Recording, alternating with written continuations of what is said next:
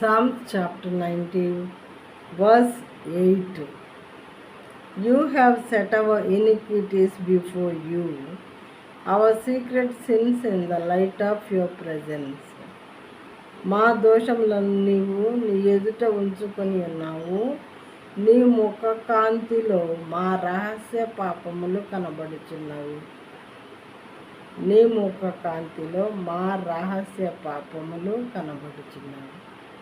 దేవునికి సమస్తము ఆయన ముఖ కాంతిలో మనం రహస్యంగా చేసినటువంటి పాపాలు కనిపిస్తూ ఉంటాయంట. ప్రియమైన వాళ్ళ తెలిసి తెలియక మనిషి అన్నవాడు ప్రతి ఒక్కడూ తెలిసి తెలియక బోల్డని పాపాలు చేస్తూ ఉంటాడు. అయితే అది తప్పు అని తెలిసిన తర్వాత దేవుని పాదాల దగ్గర క్షమాపణ అడుక్కొని మరలా దానికి జోలికి వెళ్లకుండా ఉంటే దేవుడు మనల్ని ప్రేమించి వారిగా ఉంటారు. మరలా తప్పులు చేస్తే దేవునికి అసలు మాత్రం ఇష్టం ఉండదు.